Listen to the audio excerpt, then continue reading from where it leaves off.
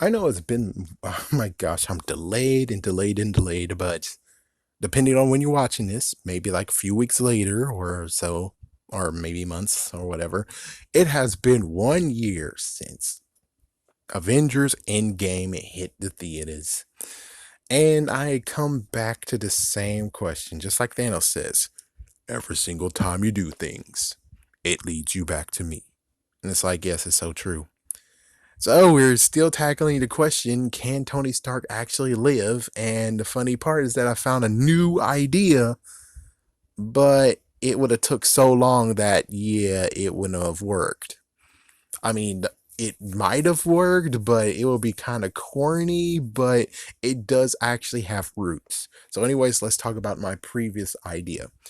My previous thought is that what he was able to do in Iron Man 3, what he was able to do, yeah, basically Iron Man 3. Is there any other ones?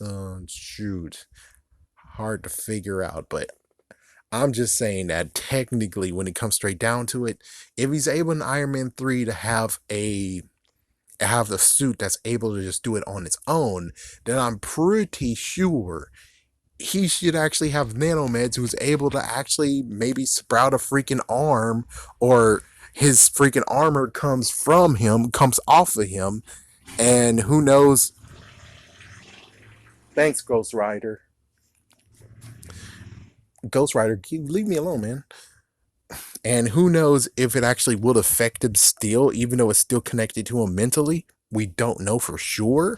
But if he's able to actually have the armor off of him and the armor actually standing on its own 2 feet and it's just motioning what he wants to do, then it should be able to the fact of he's able to stay alive and use it too. The only messed up part is that that thing would have destroyed the suit completely. Well, the gauntlet, the power, all of it would have been destroyed. Well, not the Infinity Stones, but the suit itself would have been completely destroyed.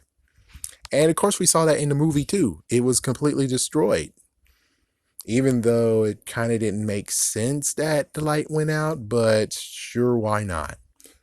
So that was my idea: is the fact that he could actually just had it not manned by him. He didn't have to have the suit on.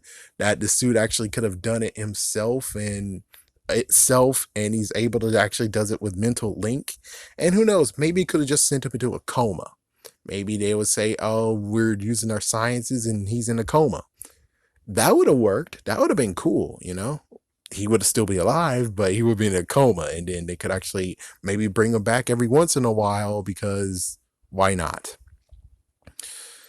Anyways, that was the one that I came up with when I was watching it, and no one actually answered that question. Now here's the second one. The second one deals with Guardians of the Galaxy. So let's remember what happened in Guardians of the Galaxy. At the very end, they had Ronan and Peter Quill jumped and grabbed the Power Stone, and the freaking power itself was overwhelming him. But then all of a sudden, you had, I think it was Gamora who touched him, Drax touched him, and Rocket touched him.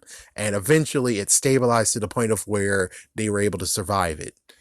You could also debate the fact of, since he had part celestial in himself, that part celestial part of him actually awakened and actually made sure that he didn't die, and that's the thing that really saved them.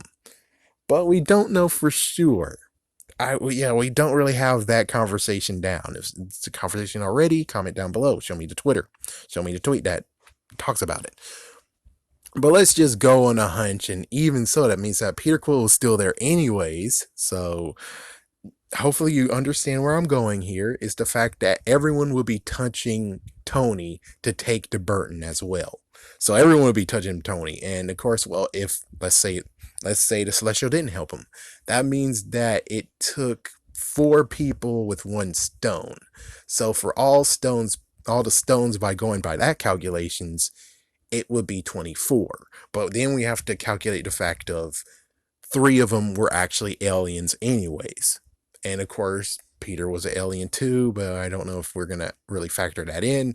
So that means that we're going to need more humans to touch him, or at least more aliens to touch him. And so basically, we have bunches of people. We have over 100 plus people, which means all of them could have touched him, and they all could have took the burden, which means that he wouldn't have to take it alone.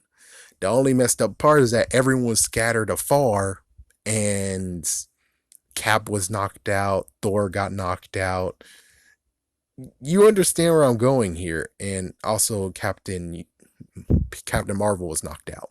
So you understand where I'm going here. It's the fact of, if we had enough people, if we had enough time, if we had enough diversion to actually get Thanos to actually just, while everyone else touched upon Tony and takes the burden, then that means that if we get enough people to stabilize the gauntlet, then he can actually do it, and he's alive, and everyone else took a burden too. So that's basically the idea.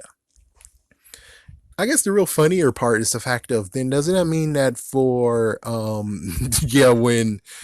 yeah, but that sucked too, is the fact of everyone who was already in the room when when Hulk used the gauntlet, if he used all the stones, then everyone would actually be weakened from that, unlike previous. But of course, everyone got weakened anyways because explosions. Yeah, thanks, Thanos, you jerkbag. So yeah, that's the idea. That's the thought. It's the fact that there's a second way that it could have worked. But the sad part is still no, because everyone was scattered afar.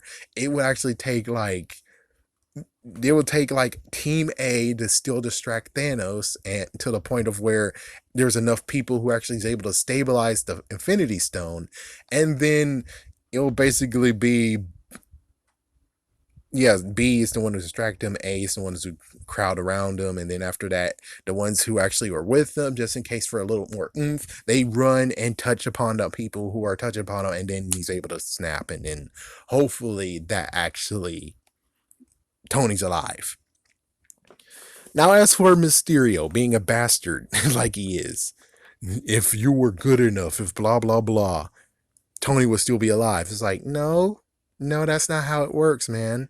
It's like, even if Spider-Man was touching Tony and doing that, or even if Spider-Man was the one doing it, someone would die from it. Someone would actually have died from it. So, just saying, there's no way how Spider-Man could have saved Tony anyways. The only way how he could save Tony is the following of A, he kept going with the technology of where even a suit can work on its own without him, via he actually has mental contact with it, or B, Rocket, because Rocket's the only one who's able to tell him this.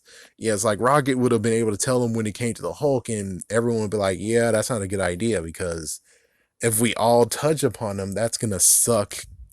Because, well, yeah, they'll come up with the same idea as me. It's like, yeah, but we need aliens to do it. We need people who are supremely strong, like Thor would actually touch upon them, and the Rocket would touch upon them, and maybe even Captain Marvel would touch upon them. It's like, yeah, it's something of where it's like, you might need aliens to touch you, and even then it's like you need more people to touch, and it's like, that's too big of a risk. You might as well just allow Hulk to just do it. But considering, since Rocket didn't tell anyone, if Rocket didn't tell which Rocket didn't tell anyone, they wouldn't know that they could do it. So that's the real messed up part here, is that out of anyone, who actually is like, if you would have done something, you could have kept Tony alive, it would have been the Guardians of the Galaxy. It would have been the original ones. Groot's excluded from this. So basically, it's like Peter, which that would have been a redemption, yeah, for what he just did. Leave me alone, Ghost Rider. Oh my gosh. Oh, it was three people. It's three people. And I don't even know if, yeah, Drax might know it. So, yeah, it's just three people out of them, because Gamora's dead, the one that would know. So it'd just be Peter, Rocket, and Drax. Those are the only three who knows if you actually touch upon and take the burden together, it works. But they didn't say crap. It's like, yeah, but Rocket's the one that technically could have told them that, but he didn't. Maybe it slipped his mind. I guess I'm gonna make another video, because why not? It's an interesting one, talking about the issues of new timelines. Let's say that. Hold it, son. Wouldn't you rather have an exciting action figure? Ah, but only Batman fits in my Batmobile. Hurrah!